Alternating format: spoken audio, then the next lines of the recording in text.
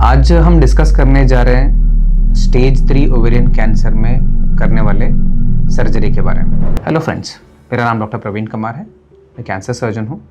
Digestive system cancers और gynaecological cancers मेरा speciality है। सो दोस्तों, जैसे हमने पहले भी डिस्कस किया है, स्टेज 3 का जो ओवरी का कैंसर है, ये सबसे कॉमन स्टेज है जिस स्टेज में ये डायग्नोस किया जाता है या पाया जाता है। तो जाहिर सी बात है, लोगों में या पेशेंट्स में ये इंटरेस्ट रहता है जानने का इसमें किस प्रकार का ट्रीटमेंट होना चाहिए और किस प्रकार का सर्जरी होना चाहिए। तो आज हम डिस्कस करने जा रहे हैं ये स्टेज 3 ओवरी के कैंसर में किस प्रकार का सर्जरी होना चाहिए, ये टॉपिक के ऊपर। शुरुआत में लेकिन ये जानना आपके लिए ज़रूरी रहेगा कि स्टेज 3 ओवरी का कैंसर होता क्या है। दोस्तों, स्टेज 3 जो कैंसर है ये ओवरी का, इसमें बीमारी जो है हो सकता है कि ये लिम्फ नोड्स तक पहुंचा हो। ठीक है, मोस्ट कॉमनली ये रेट्रोपेरिटोनियल लिम्फ नोड्स होते हैं जो बॉडी के सबसे बड़े जो खून के नस हैं, आयोर्टा और इंफीरियर वेना केवा, इनके इर्द गिर्द फैले रहते हैं। तो ये स्टेज 3A होता है। उसके बाद आता है पेरिटोनियल मेटास्टेसिस वाला स्टेज 3। यहाँ पे हो सकता है बीमारी छोटे वॉल्यूम का हो या बड़े वॉल्यूम का हो, बट ये बीमारी पेल्विस मतलब जो बच्चेदानी का एरिया है इससे छोड़ के पेट के दूसरे हिस्से के पेरिटोनियम तक फैला होता है। तो साइज़ के हिसाब से हम इसे स्टेज 3B या स्टेज 3C में डिवाइड करते हैं। जब हम सर्जरी की बात कर रहे हैं स्टेज 3 ओवरी के कैंसर में, सर्जरी का क्या मकसद रहता है? सर्जरी का मकसद ये रहता है कि हम कोई भी विजिबल डिजीज़ को पेट में पीछे नहीं छोड़ें। That is the basic goal of surgery. क्योंकि रिसर्च में भी हमने ये देखा है, काफ़ी सारे साइंटिफिक स्टडीज़ में भी ये प्रूव किया है कि बॉडी में स्टेज 3 ओवरी के कैंसर में सर्जरी के बाद जितना कम से कम बीमारी रहता है, पेशेंट को उतना ज़्यादा फ़ायदा होता है बीमारी के कंट्रोल में भी और अपनी आयु बढ़ाने में भी। सर्जरी का मकसद है कि मिनिमम से मिनिमम या ऑलमोस्ट नील के लेवल पे जो बीमारी है वो पीछे छूटना चाहिए। तो जब हम स्टेज 3A की बात करते हैं, जहाँ पे बीमारी लिम्फ नोड पे फैला है, तो जाहिर सी बात है हम स्टेज 3 ओवरी के कैंसर में बच्चादानी निकालने वाले हैं, ट्यूब्स दोनों निकालने वाले हैं, ओवरी भी निकालने ही वाले हैं। इसके साथ ही साथ हमें वो जो लिम्फ नोड्स हैं पूरे क्लीन करने पड़ते हैं। मेजॉरिटी ऑफ द टाइम्स इसका मतलब होता है कि हम पेल्विस में जो लिम्फ नोड्स है दोनों तरफ के, इनको क्लियर करते हैं, और रेट्रोपेरिटोनियम मतलब जहाँ जैसे मैंने बताया कि आयोर्टा और इंफीरियर वेना केवा के इर्द गिर्द में जो लिम्फ नोड्स फैले उनको क्लीन करना रहता है। जहाँ तक कौन से लेवल तक? वो लेवल तक जहाँ पे किडनी को जो सप्लाई करने वाले खून के नस रहते हैं उस लेवल तक। ये स्टैंडर्ड टेम्पलेट होता है। बात करते हैं स्टेज 3B और स्टेज 3C की, जहाँ पे पेरिटोनियल मेटास्टेसिस हुआ रहता है। दोस्तों, हमने पहले भी काफ़ी डिस्कस किया है कि स्टेज 3 के ओवरी के कैंसर में बीमारी ओवरी से पेरिटोनियम तक कैसे फैलता है। तो इन शॉर्ट में मैं बोलना चाहूँगा कि जो ओवरी का जो कैंसर है ओवरी के सतह पे शुरू होता है, और क्योंकि ओवरी पेरिटोनियम के अंदर वाला ऑर्गन है, ये जो कैंसर सेल्स है शेड होते हैं तो ओवरी से निकल कर नीचे गिरते हैं। तो ये जो पेरिटोनियम में जो हल्का सा लुब्रिकेटिंग फ्लूइड रहता है ये सेल्स को ऊपर की तरफ लेके जाता है, तो इससे पेरिटोनियल मेटास्टेसिस बनता है। स्टेज 3B हो या स्टेज 3C हो, जहाँ पे पेरिटोनियल मेटास्टेसिस है, ये एक वाइड स्पेक्ट्रम है दोस्तों। मतलब हो सकता है कि बीमारी पेट के निचले हिस्से में ही सीमित हो, या ये भी हो सकता है कि पूरे डायफ्राम तक, मतलब लीवर के ऊपर जो पेरिटोनियम का कवरिंग है वहाँ तक भी फैला हो। तो भले ही हमारा गोल ये है कि कुछ भी बीमारी पीछे नहीं छूटे ये सर्जरी के बाद, बट क्योंकि ये स्टेज में भी बीमारी अलग अलग लेवल पे हो सकता है, तो ये जाहिर सी बात है कि हमें सर्जरी भी अलग अलग लेवल का करना पड़ सकता है।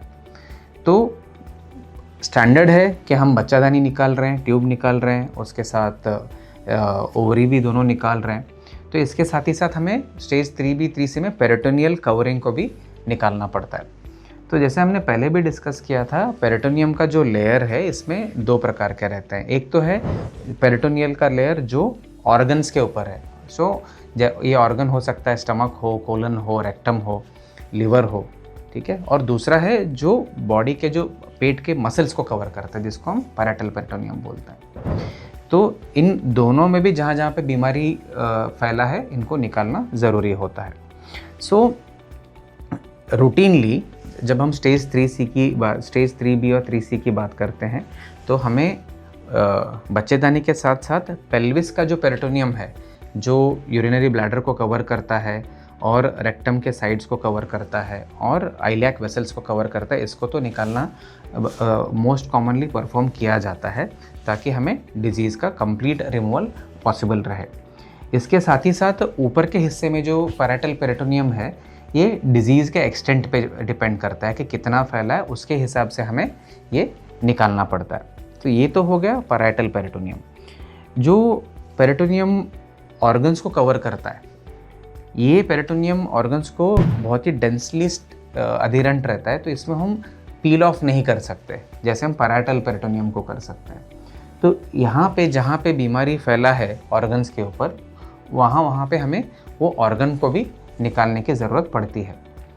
जब ओवरी की बात होती है स्टेज 3 की, रेक्टम और सिग्मोइड कोलन, जो बड़ी अतड़ी के आखिरी हिस्से हैं, इनको मोस्ट कॉमनली निकाला जाता है। हमने देखा है कि अराउंड 25% से 40% पेशेंट्स में ये ज़रूरी होता है कि जो रेक्टम और सिग्मोइड वाला जो बड़ी आंत का हिस्सा है, इसको निकाल के जोड़ना पड़ता है।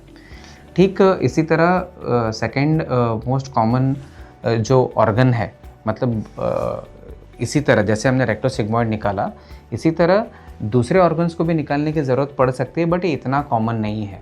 बट ये क्या हो सकते हैं? ये हो सकता है कि राइट साइड का कोलन, जहाँ पे स्मॉल इंटेस्टाइन और लार्ज इंटेस्टाइन जॉइन होते हैं, ठीक है, जो आइलियोसिकल जंक्शन है, यहाँ पे भी पेरिटोनियल डिजीज़ का रिस्क ज़्यादा रहता है। तो कई बार यहाँ से भी हमें लिमिटेड कोलेक्टमी करना पड़ता है।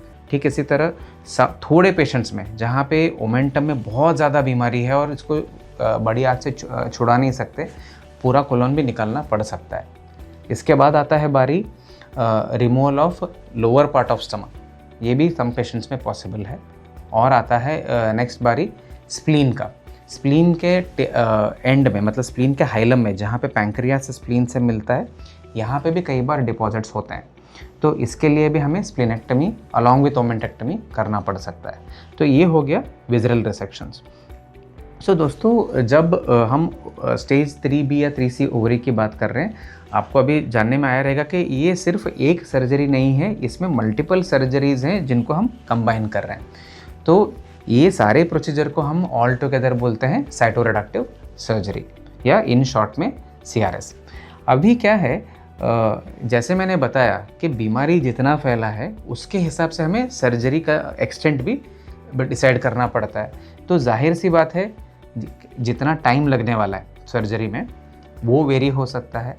अगर जितना बड़ा सर्जरी होगा, ये जाहिर सी बात है कि रिकवरी में भी इतना टाइम लग सकता है, और कॉन्सिक्वेंटली जो आपका कॉस्ट रहेगा वो भी वेरी हो सकता है। ये इंपॉर्टेंट चीज़ें हैं, आपके हमेशा ये ध्यान में रहना चाहिए। सो स्टेज 3 ओवेरियन कैंसर, जो सबसे कॉमनली डायग्नोस्ड कैंसर का स्टेज है ओवेरियन कैंसर में, इसमें जो सर्जरी का गोल रहता है, ये रहता है कि कुछ भी बीमारी विजिबल जो हमें दिखता है, वैसे वाला विजिबल डिजीज़ कुछ भी पेट के अंदर नहीं रहना चाहिए। और इसके लिए अलग अलग टाइप के साइटोरेडक्टिव सर्जरीज़ का एक्सटेंट हमें करना पड़ता है। तो ये टॉपिक के ऊपर आपको और भी सवाल हैं या डाउट है तो हमें डेफिनेटली कमेंट्स में लिख के बताइए। हमारे चैनल को सब्सक्राइब कीजिए अगर आपको कैंसर के बारे में और नॉलेज पाना है तो। Thank you very much.